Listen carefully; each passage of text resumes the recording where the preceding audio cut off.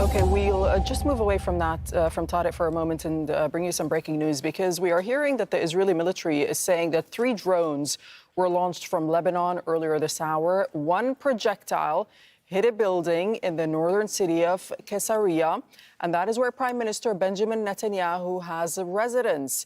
2 other drones were intercepted by the military. The spokesman for the Israeli military is also saying that Netanyahu was not in the home at the time of the attack, and there are no casualties reportedly. But we also know that air raid sirens sounded right across northern Israel and in Tel Aviv when one of the drones that was sent over by Hezbollah from Lebanon hit the residence of the Prime Minister Benjamin Netanyahu, who was, again, not at home at the time of that attack. Let's bring in Noor Odeh.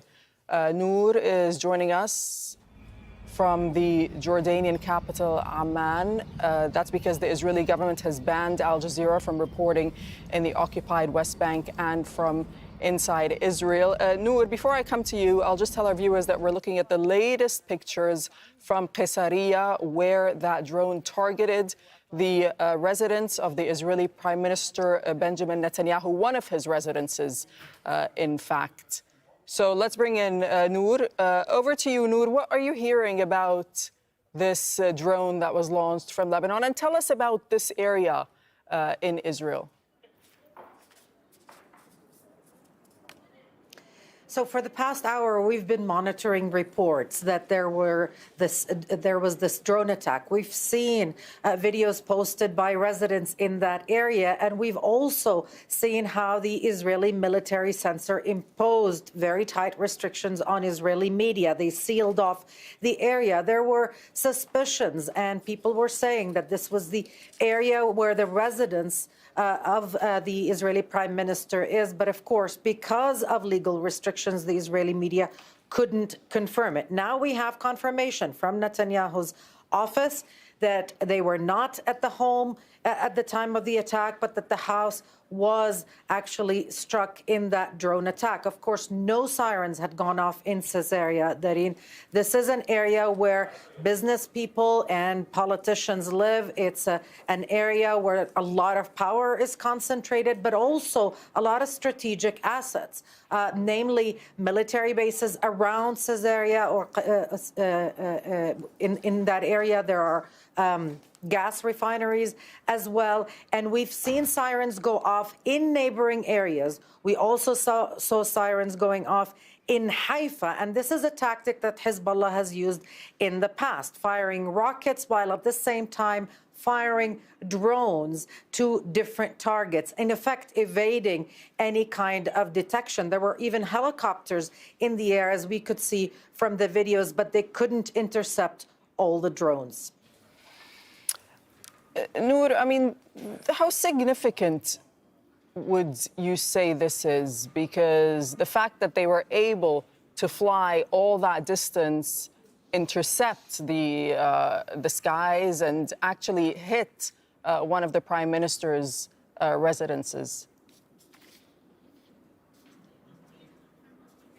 It's really quite significant. And what we've seen over the past few weeks of escalation with Lebanon is this exchange of messages by fire, where Hezbollah etches closer, deeper into Israeli territory, targets areas not necessarily causing casualties, but signaling to Israel that we can reach these targets. These are strategic assets that we can reach without you detecting them. So whether it was Benyamina, the military base there, and it was a mass casualty event as far as Israelis were concerned, or now the residence of the Israeli Prime Minister and strategic bases in the area like Glilot military base, where there are intelligence assets in that military base. So those signals sent from Hezbollah also coincide with statements being issued that they would be escalating, that they would be, quote, hurting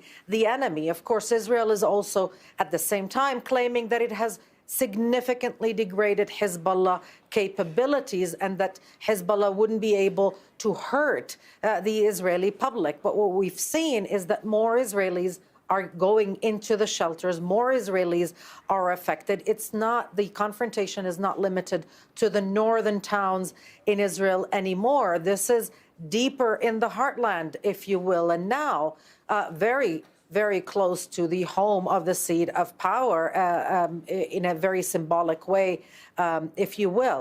So this is a new phase, if we can call it that. It is certainly a noteworthy development to see that signal from Hezbollah that this is as far as deep as we can reach, coinciding, of course, with all those airstrikes that we've seen, including on Jounieh in Lebanon. Yeah, and Noor, Israeli media is reporting that this is the third incident in about a week in which a drone has crossed over from Lebanon and it's managed to reach deep inside Israel. You were talking about people in Israel having to go to shelters recently. I mean, how do we expect the Israeli public to be viewing this? This is a very disruptive thing for the Israeli public. Northern communities have been, for the most part, vacated. Residents left those areas, left those towns a long time ago. Kiryat Shmone, which has been severely affected by the fighting, only had about 2,000 residents left a week ago, and it is expected that many of them have left that area. But now we're talking about the center, or closer to the center, to the larger Tel Aviv area, where a very large portion of the Israeli population lives. So to have them go into shelters or stay close to shelters is not just disruptive more, in terms of morale, but it will also be disruptive to the flow of business, to daily life.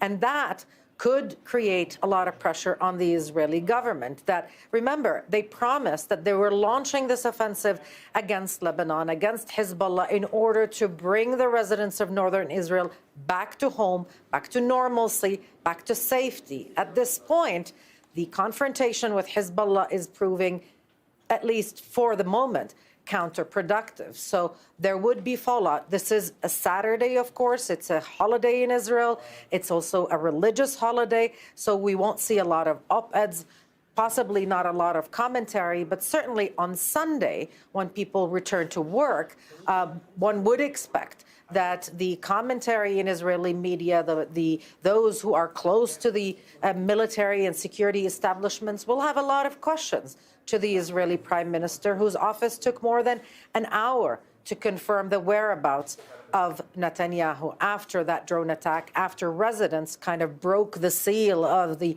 military censorship and, published those images that we're now seeing. Okay, Noor, thank you so much. Noor Odeh, reporting from Amman.